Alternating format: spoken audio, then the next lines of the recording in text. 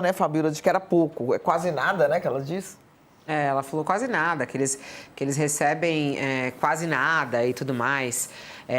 E a gente está acompanhando. Não é bem assim, né, Josias? Aliás, a nossa manchete hoje principal do UOL fala justamente sobre os juízes do trabalho, que receberam no ano passado R$ 1 bilhão acima do teto em 2025. É uma reportagem do jornal Folha de São Paulo, falando que os magistrados aposentados da ativa da Justiça do Trabalho receberam ao longo de 2025 R$ 1 bilhão apenas em valores acima do teto constitucional, que é de R$ 46.300. Uma juíza da categoria chegou a ganhar R$ 1.700.000 em um único mês em dezembro. Há muitos privilégios no Poder Judiciário, né, Josias? Sem nenhuma dúvida, Fabíola. É uma pena que os trabalhadores brasileiros que ralam na informalidade com a remuneração que vale como uma condenação ao fim do mês perpétuo. É uma pena que esse trabalhador brasileiro não tivesse a oportunidade de estourar a pipoca para assistir esse espetáculo ali no plenário do Supremo Tribunal Federal. E é um espetáculo que estava previsto porque várias entidades que representam magistrados, representam servidores do TCU, da Procuradoria da República, das promotorias nos estados, vários deles pediram para falar nessa sessão como amicus curiae, amigos da corte, queriam defender os seus privilégios, esses privilégios que têm a aparência que dá a esses servidores a aparência de uma casta mesmo, né? Então estava na cara que o espetáculo seria interessante, e de fato foi, né? Houve antes dessa juíza aposentada um advogado que falou lá em nome da Associação dos Magistrados Brasileiros. Ele disse que a carreira de juiz já não tem mais atrativos, porque os juízes recebem tão pouco. E, primeiro, tem fila, sempre que abre um concurso para juiz, tem uma fila enorme, né? Segundo, o juiz entra na carreira com salários acima de R$ 30 mil no começo da carreira. Se isso não torna a carreira atrativa, não sabe o que quis dizer esse advogado, tal de Alberto Ribeiro. Aí vem essa magistrada. Você acabou de dizer, Fabíola, falamos aí da Justiça do Trabalho, que tem salários ali, uma única juíza ganhou num mês, dezembro passado, quase R$ 2 milhões num contra-cheque, R$ 1.700.000 num contra-cheque. Esta juíza que falou lá ganhou mais de R$ 100 mil, R$ 114 mil em dezembro passado, essa Cláudia Márcia Carvalho Soares, que disse lá que o juiz, no primeiro grau, não tem nem carro, tem que pagar do seu próprio bolso o combustível, não tem água, não tem café. Ora, o trabalhador convencional, ele precisa de estrutura, um ambiente adequado para desenvolver o seu trabalho. Agora, um magistrado que ganha, se receber o teto, R$ 46 mil, se recebe com penduricalho, ultrapassa, como foi o caso dessa juíza aposentada, mais de R$ 100 mil, francamente, vai comprar o próprio carro, paga o combustível do próprio bolso. Aí diz que desembargador não tem nem lanche, mal tem lanche. E aí faz essa insinuação de que ministro do Supremo fica no teto, os 46 mil, mas tem uma série de benesses, como carro oficial, a jatinho da FAB no hangar, porque hoje o ministro do Supremo, todos eles estão viajando por questões de segurança com aviões da FAB. Então é uma farra, Fabíola, que ofende o brasileiro convencional, esse que sacode ali, segurado ao balaústre do ônibus para trabalhar, suar a camisa para encher a geladeira diariamente.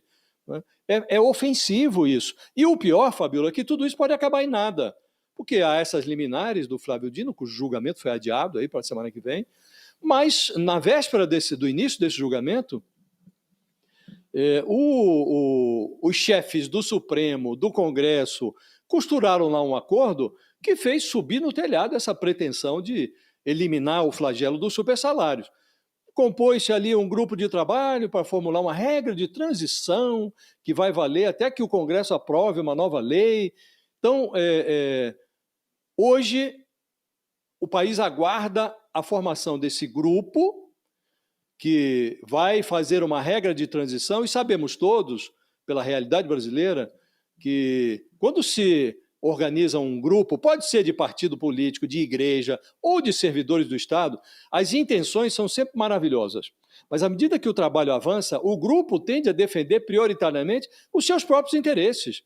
E aí todos os membros do grupo acabam dando de ombros para esses propósitos que motivaram a criação do grupo. Então, nós estamos diante da perspectiva de que essa redução dos supersalários, o respeito ao teto constitucional dos 46 mil, que tudo isso caia por terra, porque estão agora os poderosos do Brasil flertando com a ideia de formalizar privilégios que elevam o pé direito dessa folha salarial do serviço público. Então, realmente é um grande escracho, Fabíola, mas, como disse, é lamentável que o trabalhador, esse normal, o brasileiro que está molhando aí a camisa para receber salário de miséria, é uma pena que ele não pudesse ter assistido isso com a pipoquinha do lado, para ver o país a que estamos submetidos, Fabíola. Tem uma casta hoje no serviço público. Isso tem que acabar, mas quero crer que não vai acabar, Fabíola. Esse brasileiro médio que não sabe nem curtir o seu lazer, né? Que não precisa de lazer, porque que foi o que falamos ontem também aqui, né? Que é uma coisa absurda. Não tem derrubar 6 por 1, porque vai fazer o quê o cara com um dia a mais? Não tem dinheiro nem para fazer nada. Vai cometer crime, vai delinquir. Né? Esse brasileirinho médio aí, coitado. Vamos lá, já que a gente está falando sobre o judiciário, eu queria trazer aqui a fala ontem do Gilmar Mendes, ministro do Supremo Tribunal Federal, e aí a bronca é com vocês aí da imprensa, tá? Vocês aí da imprensa.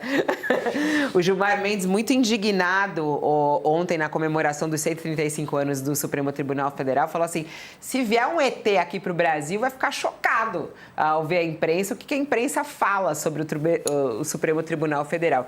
E aí aproveitou, claro, né, para soltar ali uma cutucada em Sérgio Moro, no senador Sérgio Moro. Vamos ouvir o que disse ontem Gilmar Mendes na comemoração dos 135 anos do Supremo Tribunal Federal. Caso um alienígena chegasse ao Brasil nesses tempos, agora, e acompanhasse apenas o noticiário dos últimos dias, ele provavelmente imaginaria que todos os problemas do país se restringem ao Supremo e que essa seria a única instituição brasileira a merecer aprimoramentos. A propósito dessas idiosincrasias, também causa perplexidade, presidente, que os mesmos veículos que exaltaram a Lava Jato não tenham feito até hoje um meia-culpa ante os abusos comprovados pelos documentos da Operação Spoofing. Como todos sabem, e eu não quero constranger ninguém, muitos jornalistas importantes, hoje talvez até promovidos na mídia qualificada, eram ghostwriters de Moro e companhia. E veja, Moro precisava de ter ghostwriters, porque talvez não soubesse escrever com G ou com J a palavra tigela. Não sabia escrever com G ou com J a palavra tigela, e jornalistas famosos eram justamente os escritores, os fantasmas escritores do Sérgio Moro. Para quem está conosco na TV, o intervalo tem o comentário de Mônica Bergamo pelo YouTube. Vai lá, UOL no YouTube, que você continua conosco com a análise aqui da Mônica Bergamo, colunista do jornal Folha de São Paulo. Vai lá, Mônica. Eu não visto essa carapuça. Não é pra você esse recado. Eu sei escrever tigela e eu nunca fui ghostwriter do Sérgio Moro. Mas eu acho que a imprensa fez, sim, uma autocrítica interna em algum momento. E eu acho que, sim, há ataques ao Supremo Tribunal Federal. Eu concordo com algumas opiniões que o ministro dá, não exatamente essa, mas em outras oportunidades, de que sim, há um ataque e muitas vezes pelas qualidades do Supremo Tribunal Federal. Porém, eu acho que isso não desobriga os magistrados, novamente, como a gente estava falando do filho do Lula, de darem satisfações a sociedade, Fabiola. Isso é uma coisa que quando começou a questão do Toffoli, né, muitas pessoas ligadas a ele, com quem eu converso, falavam, não, mas tem explicação, foi feito um negócio, não é um dinheiro que chegou lá para ele, é um resort, tem tijolo, tem parede, está construído, está lá, está funcionando, o cara comprou. Então, eu sempre falava, então ele tem que falar, ele tem que explicar. Não é só porque a coisa existiu e é um negócio e tal que ele não tem que falar, né? Então, eu concordo com o ministro Gilmar, mas eu acrescento essa minha opinião. Eu acho que toda pessoa pública, toda autoridade pública tem que explicar as coisas. Todas as pessoas que exercem um ofício público, eu acho que os jornalistas têm que explicar. Ô, Fabiola, quando chega e fala, tem jornalista que dá palestra e não sei quem pagou milhões pela palestra, tem que explicar sim. Nós estamos numa função pública. Eu acho que eu tenho que explicar se eu dou palestra.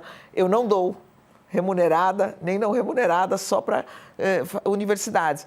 Nem sou palestrante, nem nada. Mas, assim, eu acho que a gente deve também explicação. Você, Fabiola, deve. O Josias deve. Todos nós devemos. Claro. Então, essa é a minha opinião muito clara, assim. Eu acho que sim, tem que dar explicação. É uma guerra. Muitas vezes,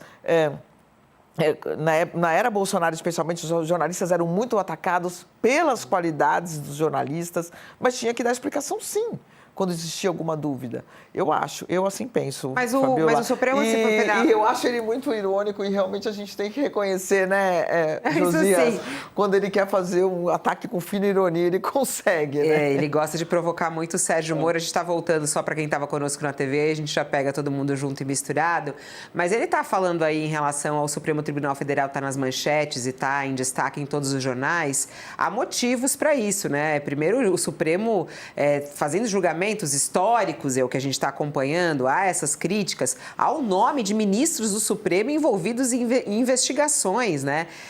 Quando ele pega e fala que há um exagero por parte da imprensa, não sei, há talvez um exagero por parte dele falar disso, quer dizer, o Supremo não pode ser notícia, não é notícia? Será que a imprensa está forçando a barra ou não?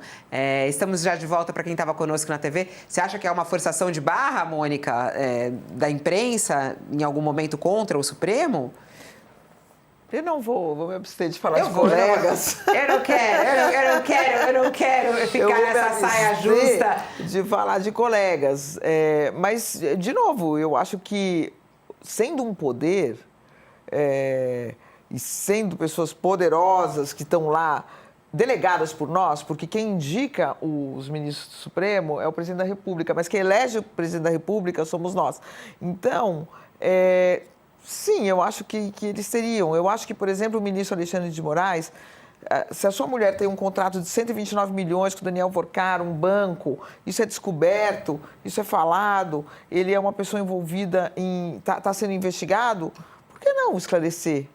Por que esse silêncio de semanas, meses, né? A gente manda lá para o Supremo Tribunal Federal algum pedido de qualquer explicação, sempre a resposta do ministro Alexandre é não responder, não responda, não é para responder, não é para responder. Eu não acho que isso é apropriado. Isso não tira, Fabiola, os méritos do ministro Alexandre em momentos históricos do Brasil. Mas o fato das pessoas terem diversos méritos e ter o reconhecimento de uma parcela da sociedade brasileira, importante parcela, por sua atitude como juiz, não o desobriga de explicações em relação a outros fatos. Eu assim penso. É isso, a Mônica Bergamo precisa se despedir da gente. Eu queria ficar com ela aqui até o final, mas não dá. A agenda dessa mulher é enlouquecida, mas agradeço demais você ter vindo. Muito obrigada. Tem pão aqui. Obrigada a você e a Folha de São Paulo, que liberou aqui para que a gente possa curtir, Mônica. Obrigada, viu? Eu que agradeço. Ô, Josias, passo a bola para você em relação a essa fala de Gilmar Mendes, né? Gilmar Mendes dizendo que há um exagero, que se um ET caísse aqui... Se o ET caísse aqui, ele ia justamente ficar chocado com o que ele lê na imprensa sobre o Supremo Tribunal Federal. Tudo é culpa do Supremo? Bom, primeiro, se o ET caísse aqui, ele ia ficar surpreso também com o vai e vem do ministro Gilmar Mendes. Em primeiro lugar, Fabiola, de saída, é preciso dizer que o trabalho excepcional que o Supremo fez na investigação e no julgamento dos responsáveis por esse complô do golpe, esse trabalho foi extraordinário. Mas isso não dá aos ministros salvo-conduto para fazer o que bem entendem, para imaginar que podem viver imaginando que não devem explicações a ninguém. Isso não é. Os ministros são remunerados pelo contribuinte brasileiro e devem sim explicações. E no julgamento do complô do golpe, não fizeram mais do que obrigação. Foram exaltados, todo mundo reconheceu o trabalho. Agora, a função do Supremo Tribunal Federal é essa. Agora, em relação ao ministro Gilmar Mendes, se caísse no Brasil de paraquedas um extraterrestre, se surpreenderia em diferentes fases com o comportamento do ministro Gilmar Mendes. Ele também deve uma autocrítica. Uma coisa é o comportamento que magistrados e que a imprensa tiveram em relação ao Lava Jato, numa fase em que se imaginava que a operação estava fazendo o seu trabalho, combatendo a corrupção. Outra coisa é depois que veio à luz essa Vaza Jato, que expôs ali as perversões processuais e políticas até do Sérgio Moro e Companhia Limitada. Né? Hoje tudo isso é muito nítido. Mas faltou lá atrás um hacker nos subterrâneos ali do Supremo para tentar decifrar o comportamento de certos magistrados. O Gilmar Mendes, por exemplo, se houvesse ali um alienígena fotografando o que se passava nos bastidores, verificaria que ele sempre foi um adepto da Lava Jato. Houve uma fase em que ele teve no lado, ele hoje chama esses investigadores da Força Tarefa de Curitiba de pervertidos. E teve uma época que ele estava do lado da perversão. O Gilmar Mendes ajudou a compor a maioria de 6-5, que aprovou no Supremo a prisão de condenados na segunda instância. Ele pronunciou um dos mais eloquentes votos no julgamento que ocorreu lá em 2016. Disse, por exemplo, que a cana lá na segunda instância aproximaria, que era muito comum lá na República de Curitiba, aproximaria o Brasil do mundo civilizado. O Gilmar Mendes chegou a ironizar a qualificação dos novos hóspedes lá do sistema prisional em Curitiba, no Paraná. Disse que a presença de ilustres visitantes tinha melhorado as cadeias. Ele realçou lá que não havia mais banho frio na carceragem da Polícia Federal em Curitiba. Agora até chuveiro elétrico tem. Ele celebrou esse comportamento, esse ativismo da República de Curitiba. Essa aversão do Gilmar Mendes à Lava Jato, que ele disse, hoje ele diz que havia prisões alongadas, isso foi tudo anterior à Vaza Jato. Depois, é fácil hoje criticar, dizer que a imprensa precisa fazer autocrítica. Agora, o ministro também devia fazer uma certa autocrítica. Né? E o distanciamento do Gilmar Mendes em relação a essa operação toda, ele cresceu na proporção direta da aproximação das investigações de personagens que são próximos dele. Né? O Gilmar foi se afastando da investigação à medida que a operação, a partir de Curitiba, roçava suspeitos do PSDB, do MDB, gente como Aécio Neves, José Serra, Michel Temer, amigos do Gilmar Mendes. Então, esse distanciamento ele acabou se consolidando em 2018, quando o Gilmar Mendes desembarcou da prisão da segunda instância e se tornou um defensor voraz do direito dos condenados de recorrer em liberdade até a última instância. Então ele mudou completamente de posição. Um marciano não compreenderia, Fabíola, esta mudança tão dramática de posição. Então, o ministro deve também uma autocrítica, se não ao país, a si mesmo. Olhar no espelho e verificar por que ele tinha um comportamento lá atrás e passou a ter outro absolutamente diverso e não fez, no intervalo entre uma posição e outra, a autocrítica que ele cobra dos demais. O Ronilson, vamos pegar aí também do ponto de vista da sociedade como um todo, né? O que interessa à população brasileira, né? Quando a gente vê o Supremo ficando bravo com a imprensa, quando a gente vê o Legislativo bravo com a imprensa, qual é o papel da imprensa, qual é o papel do Supremo Tribunal Federal, né? Quem tem razão nessa história? Bom, eu sigo os relatores, né? Sigo a relatora e o relator. Acho que a Mônica foi bem incisiva, acho que não tem nem o que complementar. É o exercício de uma função pública, né, que é extremamente importante. Quer dizer, é preciso separar conquistas, méritos, momentos extremamente importantes, né, Mas isso não invalida a necessidade de que, de fato, a gente precisa saber das informações relevantes, né? Daquilo que é feito, daquilo que está na fronteira entre o que é privado e o que importa, porque incide de alguma maneira no público. É claro que pode ter tensões, há questões, né? O jornalista também não é alguém desprovido de qualquer valor, julgamento, ideias.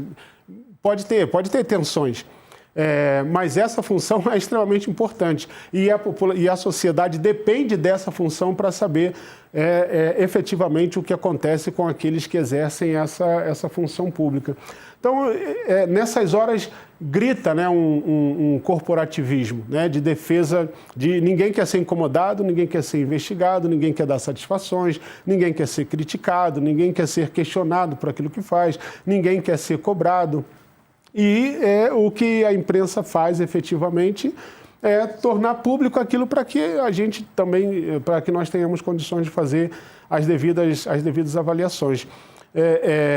Em algum momento, o STF foi visto como um grande baluarte da democracia brasileira, a gente reconhece isso, né?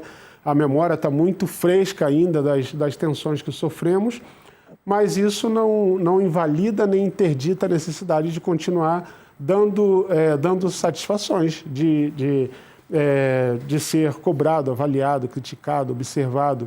Isso é importante para a sociedade. Então, eu acho que o Gilmar Mendes, que tem muitos altos e baixos, como qualquer pessoa tem muitos altos e baixos, qualquer liderança tem muitos altos e baixos, mas faz ali um discurso com um certo corporativismo, né? Nos deixem em paz, nos deixem trabalhar. Não, o monitoramento da imprensa é deixar trabalhar de maneira que nós também possamos acompanhar o que é feito. E se o STF está excessivamente, digamos, no noticiário público, de tal maneira que se um ET chegasse aqui, em meio a tantas coisas que ele poderia observar, olha, se o ET fosse se escandalizar com a quantidade de coisas que é dita sobre o STF, o Gilmar Mendes tinha que ver o que escandalizaria esse ET se ele cai em determinadas regiões e áreas do Brasil, espaços do Brasil. Então, se o STF está nesse nível de evidência no noticiário público, tem razão de ser, né? Julgamentos importantes, momentos importantes e membros do STF envolvidos em questões extremamente delicadas. Eu até fui ver como é que o Sérgio Moro respondeu, né, ao Gilmar Mendes, porque tem essa briguinha entre eles, né, essa tretinha entre eles, a gente acaba narrando, porque faz parte da história do nosso país. E aí o que ele respondeu né, ele na verdade compartilhou um monte de coisa que tem lá relacionada ao que saiu da imprensa sobre isso, mas o que ele escreveu foi que o ministro Gilmar Mendes quer desviar a atenção da opinião pública sobre a reportagem do The Economist, na qual foi retratado de maneira bem negativa, devia falar sobre ela e não sobre as bobagens. Reportagem que a gente até abordou ontem aqui na análise do Josias e do Sakamoto sobre a reportagem da imagem do Supremo Tribunal Federal sendo alvo de uma reportagem do The Economist. Nada do que não falamos aqui quase que diariamente, dos envolvimentos dos ministros com esses eventos, como o Gilmar Mendes organiza em Lisboa, além também do nome dos Dias Toffoli, além também de Alexandre de Moraes, entre outros. E aí Sérgio Moro foi por esse caminho, respondeu desta maneira que Gilmar Mendes quer desviar a atenção ao tirar esse sarro aí da tigela com G ou com J, dizendo que Sérgio Moro não sabe escrever isso. Meio-dia em ponto, vamos trazer aí informações da Argentina, a redução da maioridade penal sendo votada. Esse é um desejo de Javier Milei. Nossa diva argentina já conosco aqui, Amanda Cotrim, para trazer essa informação. Olá, Amanda, bom dia. Bom dia, Fabiola. Bom dia a todos que nos acompanham. Para quem está conosco na TV, o intervalo, que a gente está atrasado nesse intervalo, mas a Amanda conta essa história para a gente no YouTube. Vamos para o YouTube para falar sobre a redução da maioridade penal, que é alvo de votação hoje na Argentina. A Argentina vota hoje essa redução de maioridade penal e testa a força de Javier Milei. Vambora, Amanda. Que horas está marcado para isso? Ele queria reduzir para menos de 14 anos, né? Mas o que está em projeto em votação é a redução para 14 anos, é isso? Isso, Fabiola. A sessão extraordinária começou agora há pouco, 11 horas da manhã. Os senadores estão debatendo o projeto. Hoje é um dia quente aqui na política argentina, porque o Senado, além de votar esse projeto de redução da idade penal, também vai votar o texto final da reforma trabalhista. A gente já teve protesto hoje aqui, né? O Congresso está pegando fogo do lado de dentro e do lado de fora. Para falar especialmente sobre o projeto de redução da idade penal, o projeto propõe que a idade seja, que atualmente é de 16 para 14 anos. E, além disso, cria novas regras para crimes cometidos por pessoas de 14 a 18 anos. O projeto, inicialmente, falava em baixar até para 13 anos e o presidente Javier Milei chegou a defender 12 anos, mas a proposta final fechou em 14 anos. A lei diz que menor deve ser separado de adultos em casas de detenção. A privação da liberdade deve ser aplicada em última instância, e esse é o ponto mais polêmico do projeto, porque a detenção pode chegar até 15 anos de prisão para crimes considerados hediondos, né, como homicídio, roubo violento e sequestro, né? A prisão ela deve ser em centros específicos, separado de adultos, e o adolescente vai ter direito, segundo o projeto, à defesa técnica, e ele só deve ser interrogado por um juiz. Os apoiadores do projeto dizem que, se os adolescentes cometem crimes de adultos, eles devem ser punidos como adultos. Esse, inclusive, é o slogan do governo Javier